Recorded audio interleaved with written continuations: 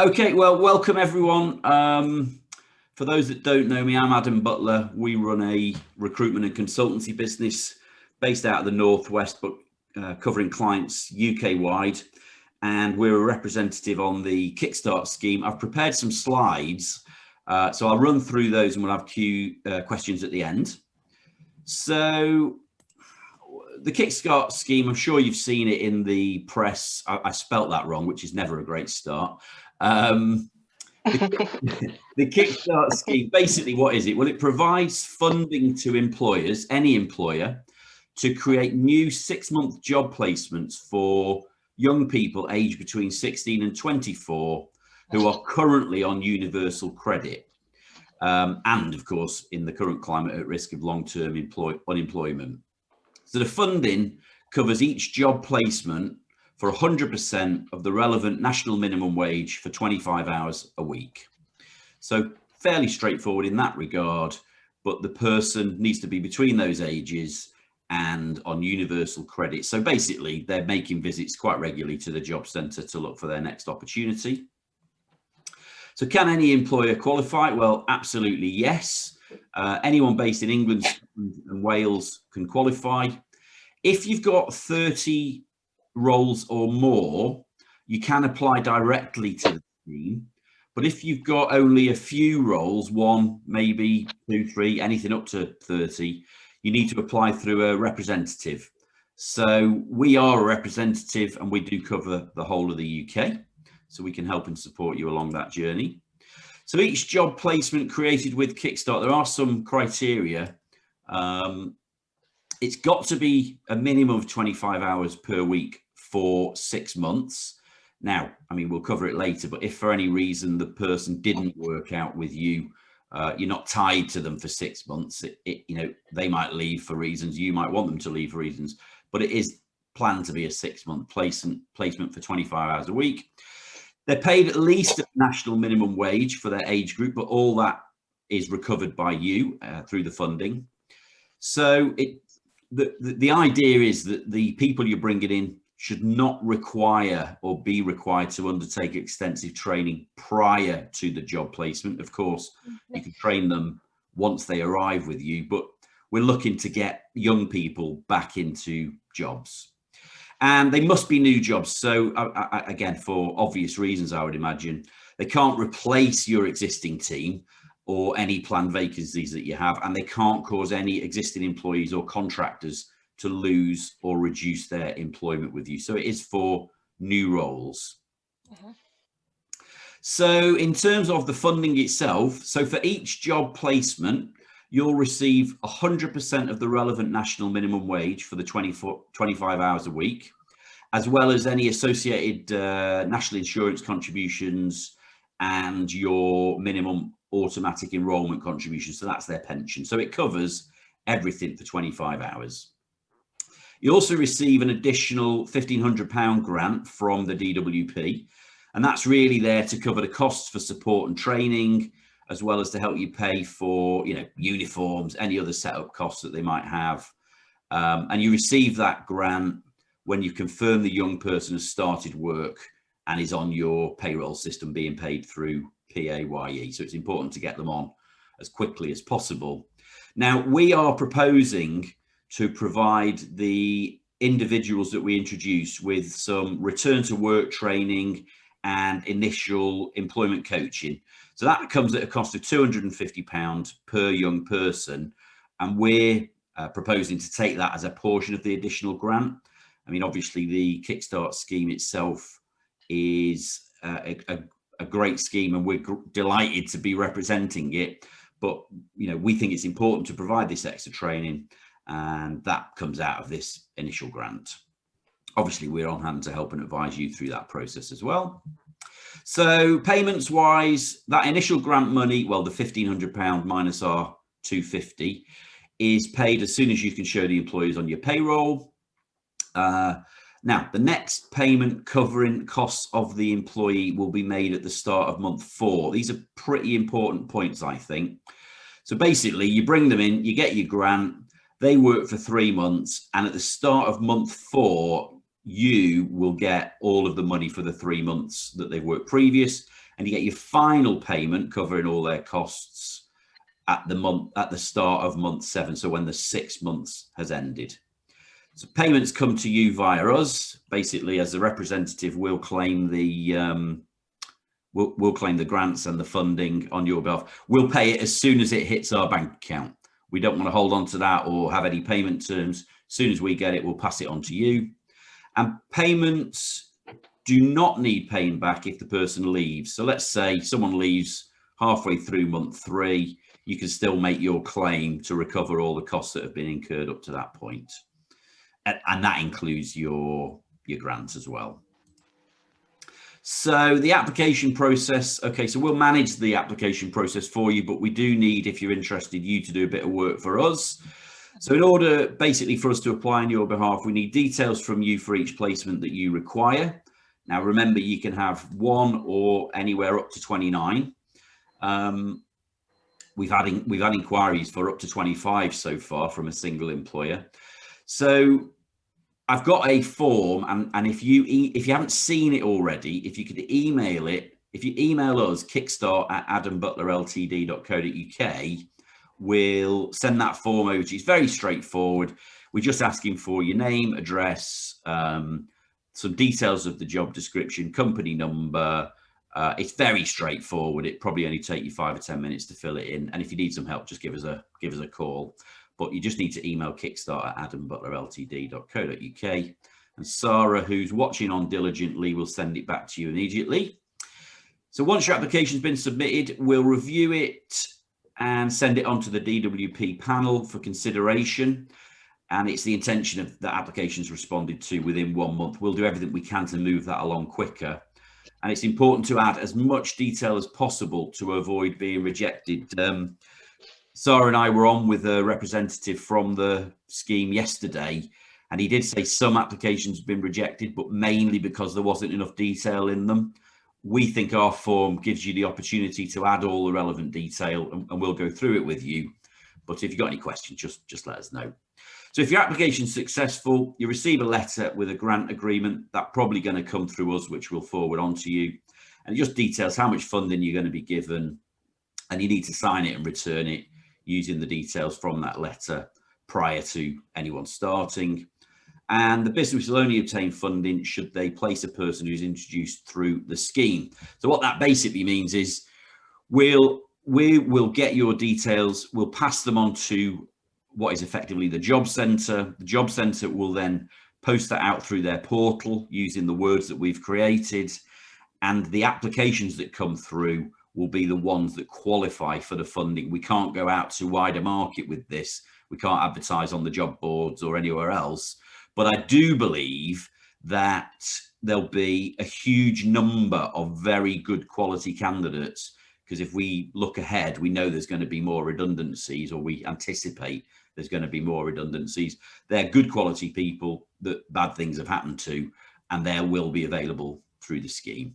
So if for any reason your application is unsuccessful, explanation and feedback will be given, and you can make a further application with additional information. But we're here to make sure that we get it right first time and get it moving as quickly as possible. But if for any reason it's kicked back, we can push ahead with a separate application on your behalf. So as I said a moment ago, when it's successful, we'll create this advertisement with you. Once you're happy with it, we'll liaise with the job centre and get that posted out there so it's visible. You get the opportunity, really important actually, you get the opportunity, of course, to meet the candidates that are applying and interview them in the normal way that you would interview anyone to make sure you get the right fit for your business. And once you're ready to make a decision, you'll recruit your preferred candidate, meet your Kickstart coach, who will be, it might be via Teams or Zoom, that'll be the job centre rep, who'll support you and that employee through the placement. At the end of the placement, you can decide if you want to offer the candidate a permanent role, or if you want to offer the placement to another candidate for a further 6 months. So it's pretty flexible, I think. And let's hope people get great people and they're going to make a massive difference to their business, and you want to keep them on for a long-term career. So I know that's the idea behind it, but of course we know in recruitment that it doesn't always go perfectly first time, although our role within this is to make sure it goes as smoothly as it possibly can. So next steps, as I say, if you haven't already received a form, just email Sarah, via this email here, kickstart@adambutlerltd.co.uk. Complete the form and send it back, or give us a call if you've got any queries. We'll be in touch very quickly after. And as I say, we believe we're fast approaching 30, which is the magic number for us to put our application in on your collective behalf. The sooner we get to that number, the sooner we can put an application in. We'd love to be putting an application in by the end of this week. So look, that's that for now. I'll stop sharing my screen so I can see all your lovely faces again. Has anyone got any questions on that? You can unmute yourself and start the free-for-all. Any questions? There's a bunch of questions in the chat, Adam. Oh, right. Okay. Well, let's go through those. So is there a metric for how much of the 25 hours can be training? No metric or guideline that I've been given, David. You could, and you would expect a new start, low skilled employee to maybe have 25 hours in the first week and maybe 25 in the second. I think it's common sense in that regard, because you might be getting low skill, good attitude people through the scheme. And I would advise you give them the relevant training. The scheme's really set up to give opportunity. So what they're saying is you shouldn't expect to get a high skill straight through the scheme. It's to give young people opportunity. But I would say my view is that there will be some good skill out there. Given COVID and redundancies, there'll be some great people on the market, and you can snap them up really fully funded for 6 months. If that's any different and we find out different from the policy, I'll run all these questions by the man that's basically close to the regulation and answer differently if I'm wrong, but that's how I see it.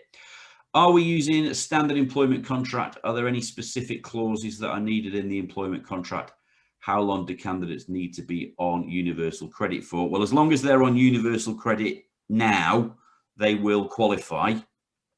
Yes, use a standard contract of employment. And no, I don't think there need to be any unusual or specific clauses within there. You might want to take some HR advice separately, and we can take that and give you a broad guideline to see if it needs to make reference to a 6-month placement.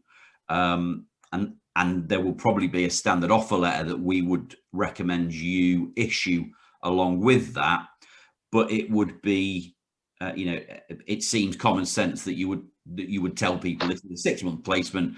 All being well, there might be an offer of full-time employment at the end of it, but we are tied to the scheme in the same way that you are. Again, good question, and we'll make sure you've got some templates for that have been screened by an HR employment law professional. Are they allowed to work from home? Another good question, and thanks, Veronica. My understanding is that they are allowed to work from home.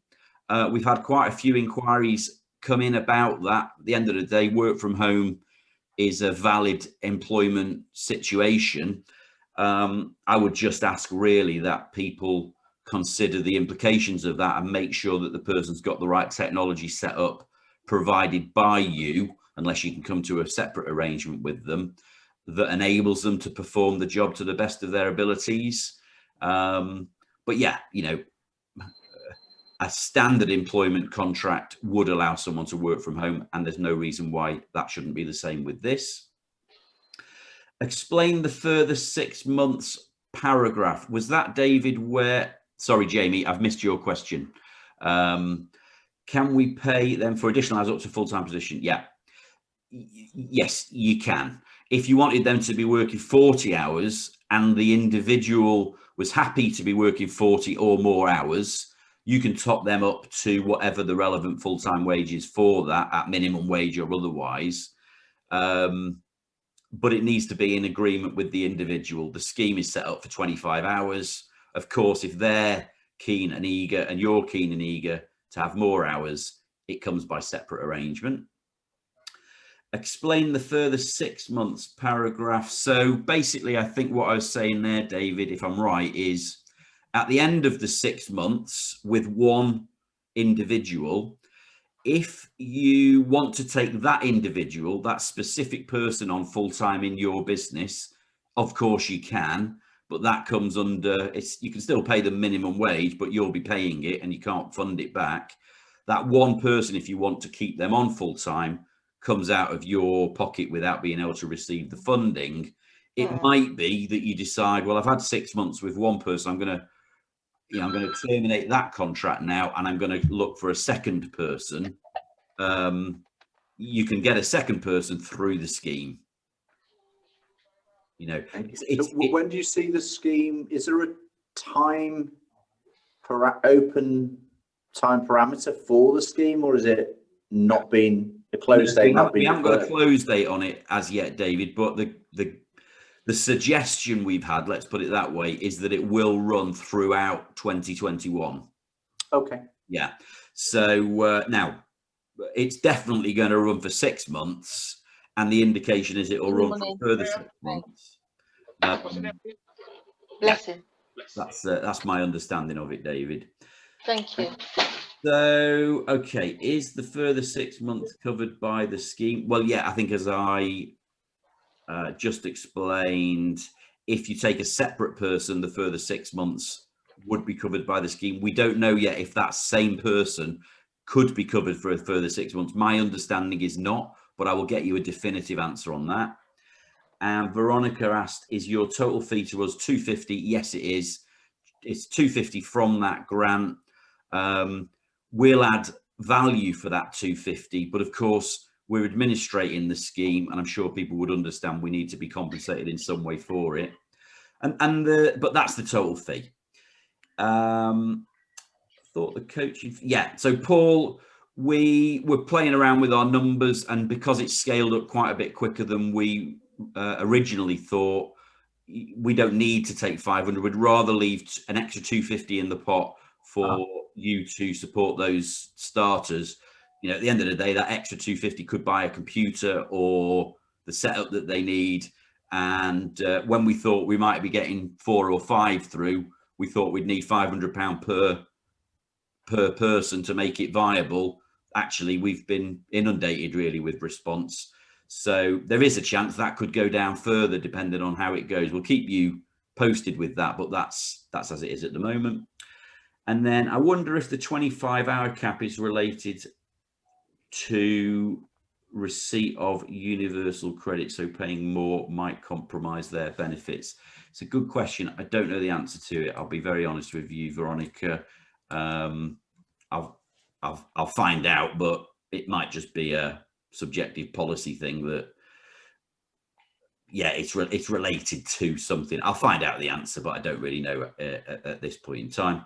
When does it actually start? Well, it's in place now. Applications, mainly direct applications of people that want 30 or more staff, are being processed and approved.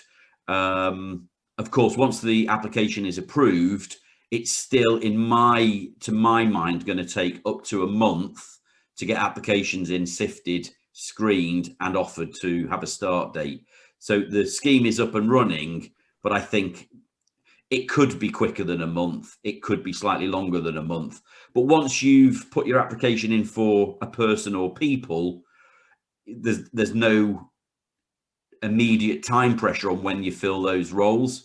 But I would caveat that by saying, you know, we're not looking for CEOs with 20 years experience of running a PLC here. The scheme is designed to give opportunity to young people and give businesses valuable resource. I think there will be an element of training, a decent element of training and support required for them. I don't know why I went off on that tangent, but the scheme is active. Yeah. Okay, so the timeline, Adam, would be, look, get the form filled in for you and get the application approved. Yeah. Once it's approved, then start the recruitment. That's exactly right, David. Yeah. Yeah. Once it's approved, and the good news is once it's approved, as soon as it's approved, you will get your grant money through quite quickly. What does quite quickly mean when you're dealing with a government department? I don't know, but we've been given assurance that it's quite quick. So that's Okay. good news. You could have your, yeah. So the ball will start rolling with that, but the recruitment process, getting the advert out onto the DWP portal and encouraging applications through the job centre, that starts, and I think that could take a couple of weeks, a month. And is the only recruitment channel through the job centres? It is, yes. It is, because they need to be universal credit. I could write you, as well, you know, David, I could write your advert and distribute it widely across a much bigger pool of potential candidates, but this scheme is designed to support job seekers on universal credit at threat of long-term redundancy. So could you, for example, put an advert on Indeed, get some applications, and you say to the people, great, you need to go down to your local job centre and ask for this job and apply that way? Yeah, look, it's a good question, and one I've thought about myself, and I will get you a definitive answer on it. The challenge with it is you're restricting applications to age groups, and there could be some employment law hurdles to jump through or over to get that. Now, it's worth looking at, but I would say in the first instance, let's hope that with the large number of unemployed people being out there needing to go into the centre to get their universal credits, I don't think we'll have a problem with volume. Whether we have a problem with quality is a different question. Yeah, I was going to say, do good people go to job centres? Yeah, they haven't in the past, particularly, have they? Not in the past, but I think the landscape has changed, because I think the numbers are now higher. They've got to go to keep their credit coming in, and that will make our roles visible to them. If we're not getting the quality, there's two things that we can do. One is not pursue the scheme further and decide to go through other channels to get resource into your business. Or we can investigate how can we distribute this wider and redirect people through to the job centre channel. You know, look, I don't want to. Yeah, we'll learn as we go in some regards with it, and I'll make sure that any step we take is under the guidance of the policy set by the DWP. Okay, cool. And is when you apply, is the business successful in its application and therefore can have multiple job roles? Yeah. Or is it each job role needs a specific application? Well,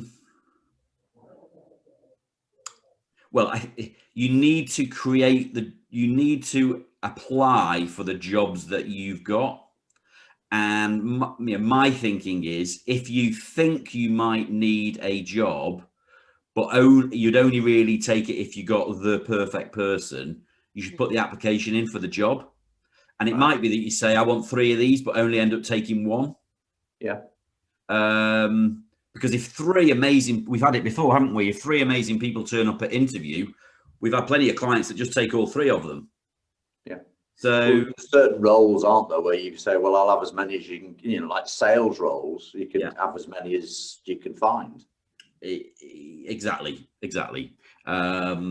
And for a sales role, I think there could be some benefit to having multiple candidates, because they feed off one another. They create their own culture. It needs to be guided by you, but how many active, good salespeople will be available through the scheme? Well, the answer to that we don't know until we try. And I'd just be realistic with the expectation on it, really. Yeah, they're 16 to 24, so they won't have much life skills and experience, but that's fine. No, not as much as you and I, David. Yeah. So can we request their location? Could you help someone? Yes, definitely, Veronica. You can be specific with your location. Yes, they can work from home. Basically, when we create the jobs, we'll put them out through a relevant local job centre. So we will need to be specific with the location. But if we need to widen that search and you're happy for someone to work from home further away, we can put it out to concentric circles out of job centres if necessary. But yeah, you can definitely be location specific, and probably should be. And then Sarah asked, sorry if I missed this at the start, did you say that you're providing some Yes. So we're providing some initial coaching calls, return to work, or starting your new job coaching calls. We'll do that ourselves in-house.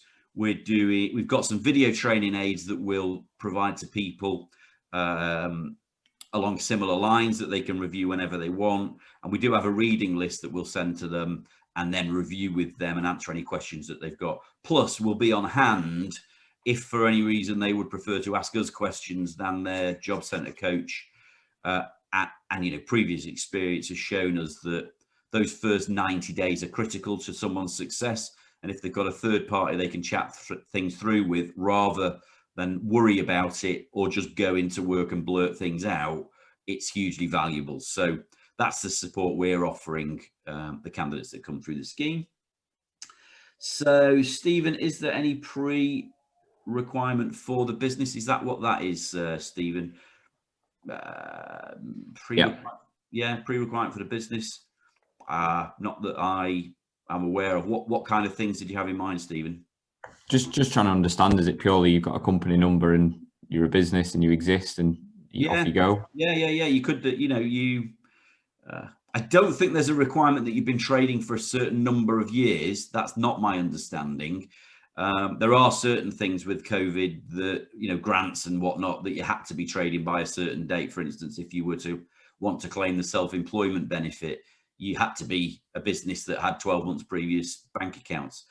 My understanding is that there isn't any of that. I will check it out and come back to you, Stephen, in case there is any pre-requirement.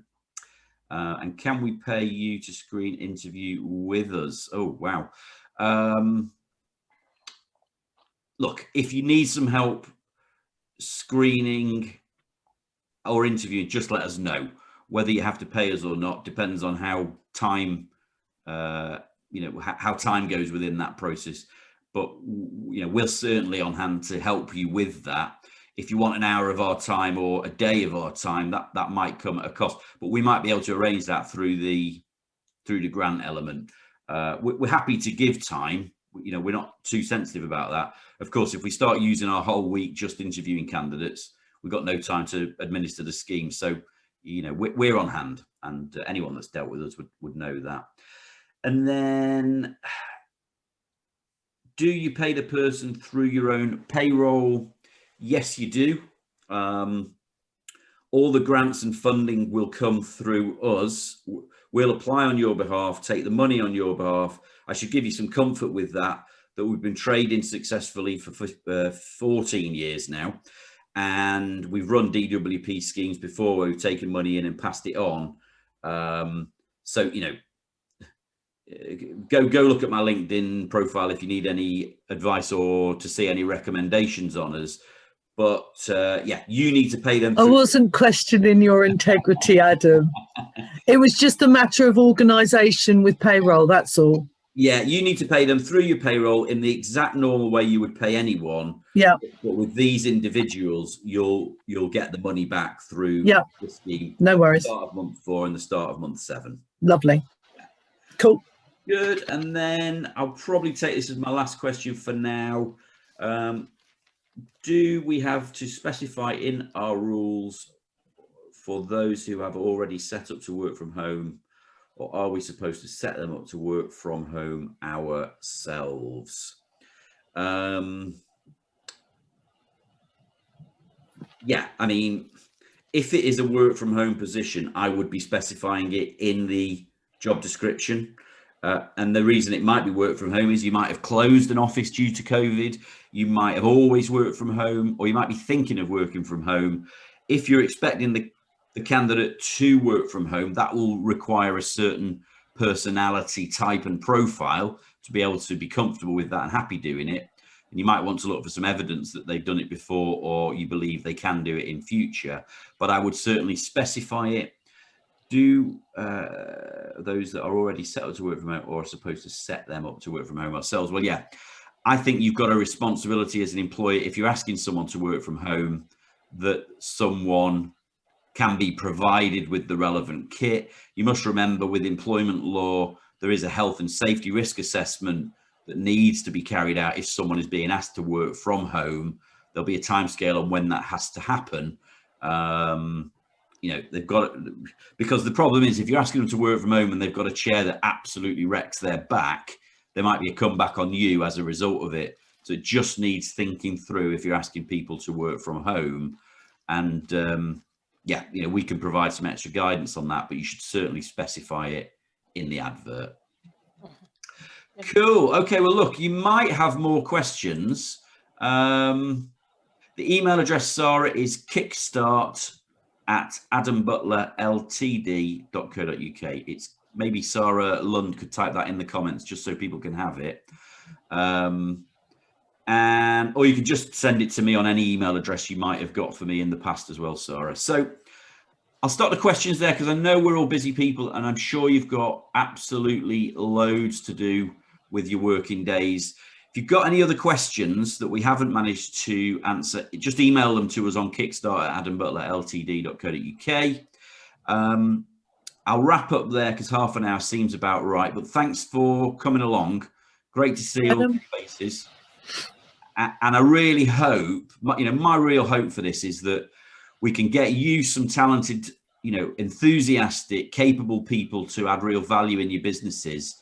But just as importantly, how fantastic to be able to help some young talent find their way back into employment and upskill themselves for the future. So look, I'll be in touch. I can't wait to see your applications hopefully come flooding through. If you need anything else, let us know. But I will, I'll sign out the meeting now. If you can end the call for me, Lundy. Cheers, guys. Thank you. Thank you. Go Bye. well.